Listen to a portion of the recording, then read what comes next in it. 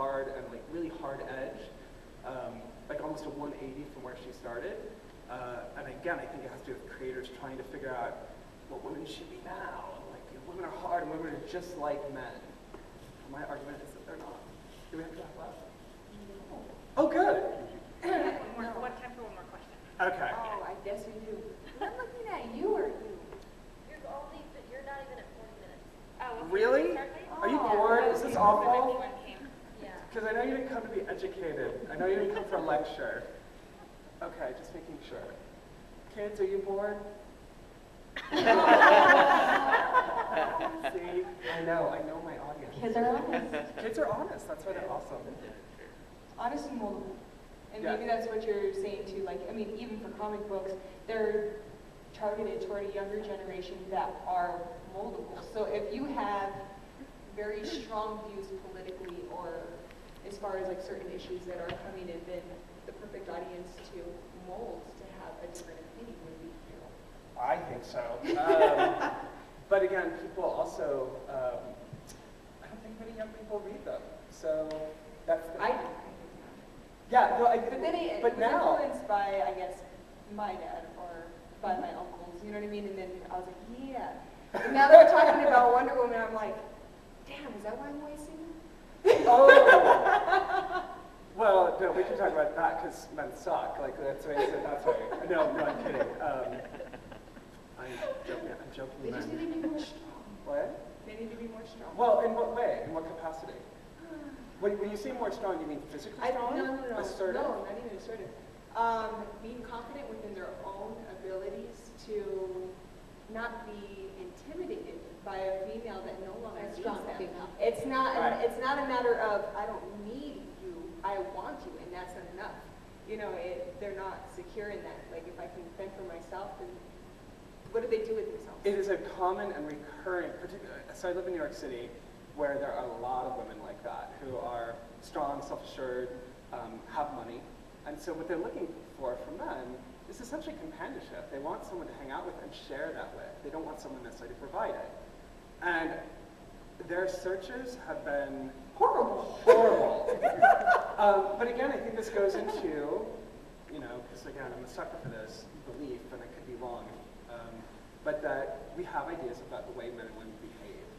And when they defy that, those norms, it can be very hard, like very disconcerting, especially when you're raised to believe that your way is the right way. And then you, wait, what? It's not? Or there's a different way? Well, I'm an Army brat, so I was taught to fight, you know what I mean? And that was a regular, like 6 o'clock in the morning, you wake up, you work out, you work on combos, you spar in the front yard, I could have used you at the gym this morning.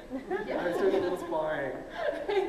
So, I mean, I genuinely love that stuff. So in school, to me, that was my norm. So I didn't click with the rest of the girls, but I clicked with the guys, but then I became every guy's best friend, but not girlfriend. Interesting. I was like, what? Yeah, we'll talk after. I'll have coffee. Are there any other comic questions? Yeah. Why Sorry. does it matter if Wonder Woman has pants I actually think it matters tremendously for two reasons. One is just purely design. I think if you're going to add the pants, they have to look good. And of the incarnations that I've seen, I just think that one is okay, but I think that they're poorly designed.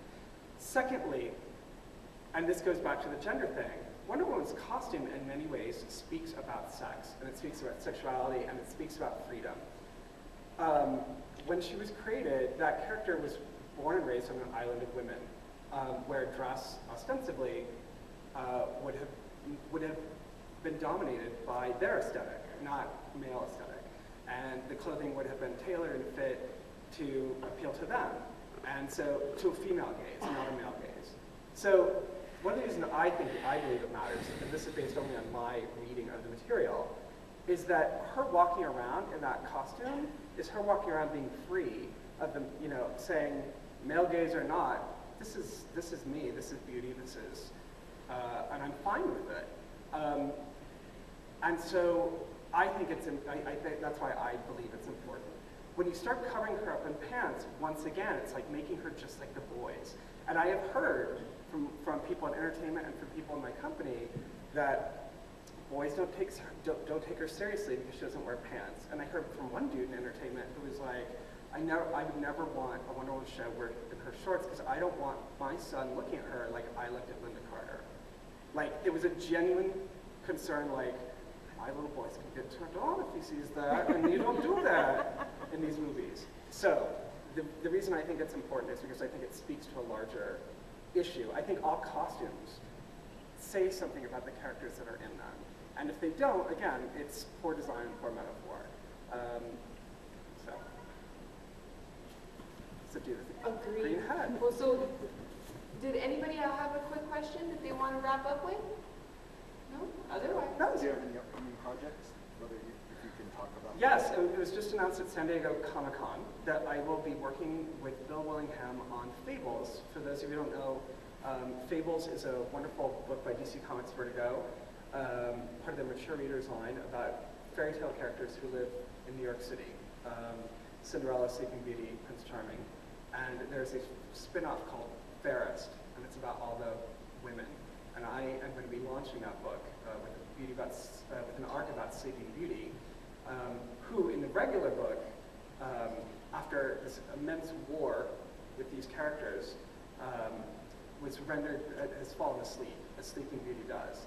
And her body was kidnapped by a bunch of goblins. And in my book, it's found by Alibaba. And so that's what I'm working on now. Although it will not come out, I think, until next February. So, but I'm working on that now, and I'm doing some covers for Star Trek Legion. I just finished my Marvel Comics wrap up, and hopefully I'll get Otherworld off the ground. One more. I just wanted to get your take on Bat Knight and what you think he actually is. And what do you mean? I mean, what is your take of the fifth dimension, where he comes from, and what do you think he's actually real, or what? Oh, that's hilarious. Well, do you if think he's not, he's a figment of his imagination? Do you think he's an angel? I don't know. I don't think he's an angel. I love the idea. It never even occurred to me that, although I've read that, like, to think of him as a figment of Batman's imagination, but how awesome would that be? My take on Batman, I don't have much of a take. I kind of like the idea that he's just this irritating imp that shows up and gets in Batman's way. I think he should be in all Batman comics.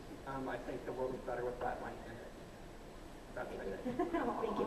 Thank you guys so much for coming out and listening and participating with all of It's us. very